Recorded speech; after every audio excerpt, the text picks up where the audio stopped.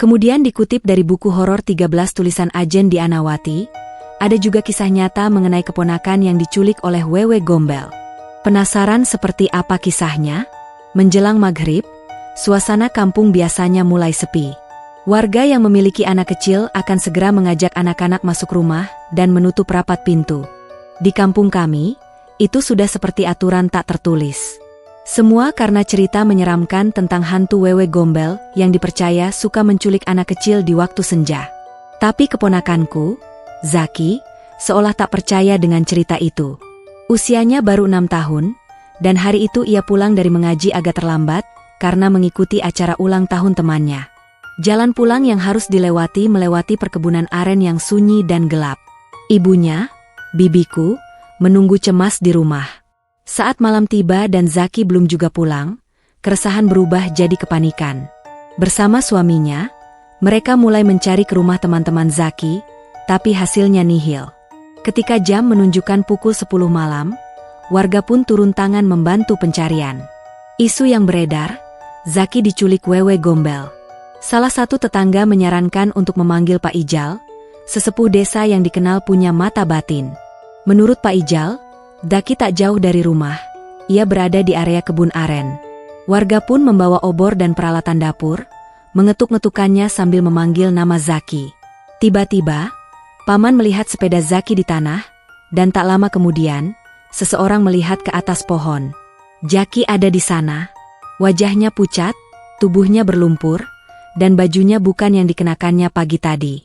Ia dibawa pulang dengan penuh haru. Setelah tenang dan dirukyah Pak Ijal, Zaki akhirnya bercerita. Di kebun, ia mendengar suara cekikikan dan melihat sosok wanita cantik di balik pohon.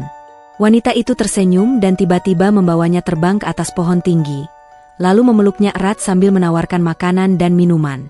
Untungnya Zaki menolak semua itu. Menurut Pak Ijal, jika Zaki sempat menyentuh makanan atau minuman dari makhluk itu, ia bisa menjadi bisu seumur hidup. Konon, makanan itu sebenarnya adalah kotoran manusia, yang disulap agar tampak lezat. Sosok hantu itu dipercaya sebagai arwah Omas, wanita mandul yang dulu dibuang suaminya dan akhirnya bunuh diri secara tragis. Karena kerinduan mendalam akan anak, arwahnya terus bergentayangan menculik anak-anak yang dianggapnya bisa menjadi pengganti anak kandung yang tak pernah ia miliki. Peristiwa ini membuat warga kampung semakin waspada.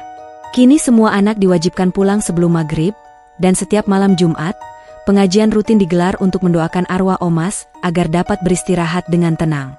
3 petaka dukun beranak. Kisah horor nyata selanjutnya dikutip dari buku mereka, ada yang ditulis oleh MWV Mistik. Kali ini, ada kisah tentang dukun beranak. Mari kita simak kisahnya. Cerita ini datang dari sudut pandangku, seorang anak dari keluarga yang turun-temurun berprofesi sebagai dukun bayi. Sejak kecil, aku sudah terbiasa dengan dunia yang tak kasat mata. Tapi pengalaman aneh yang mengubah hidupku dimulai saat aku berumur 10 tahun.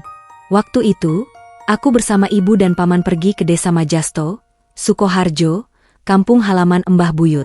Di perjalanan, paman tiba-tiba berkata, "Si Dimas dipegangi Maureksone, senang sama Howone anakmu." Tak lama setelah kami melewati gapura desa, aku melihat sosok kakek berambut putih melayang, mengejar motor kami sambil meraih tanganku. Aku yang masih polos menyambut tangannya. Seketika, motor kami jatuh meski jalanan mulus. Pamanku langsung menarikku dan berkata pelan kepada sosok itu, "Maaf, bocah ini turunane wong kene, ampun diganggu." Kakek itu menyeringai, lalu lenyap. Sesampainya di rumah Mbah Buyut, aku terkesima. Rumah itu reot dan menyeramkan. Ibuku menegurku agar tidak bicara sembarangan. Saat itu, hal ganjil kembali terjadi. Mbah Buyut yang sudah sangat tua, tiba-tiba berlari lincah ke dapur, padahal mestinya tak mampu berjalan jauh. Anehnya, saat ibu memanggil dari dapur, suara Mbah menjawab dari kamar. Kami pun masuk ke kamar itu, dan aku disuruh menghisap rokok dari daun jagung. Setelahnya, pandanganku berubah, sosok kakek tadi kembali muncul, ditemani perempuan berbaju merah dan beberapa anak kecil yang menatapku. Mereka bukan manusia. Kami pulang dengan membawa sesuatu dalam bungkusan misterius. Tak lama setelah kunjungan itu, Mbah Buyut wafat. Lalu anehnya, Ibuku tiba-tiba bisa memijat dan menjadi dukun bayi, tanpa pernah belajar. Seminggu kemudian, keadaan ibu memburuk. Saat aku membuka lemari yang berguncang di kamarnya, aku menemukan bungkusan berisi batu hitam dan 2 tulang seperti cakar ayam. Saat aku mengeluarkannya, lemari berhenti berguncang. Malamnya, aroma amis dan bunga tercium kuat dari kamar ibu. Di sana, 3 sosok yang sama muncul kembali, kali ini dengan wajah marah. Mereka mendekatiku. Saat aku mundur ketakutan, mbahku datang, mengambil bungkusan tadi dan menutup pintu kamar. Ibu yang makin lemah sempat berkata, "Le, maaf soga ieso ngancani pas koe rabi."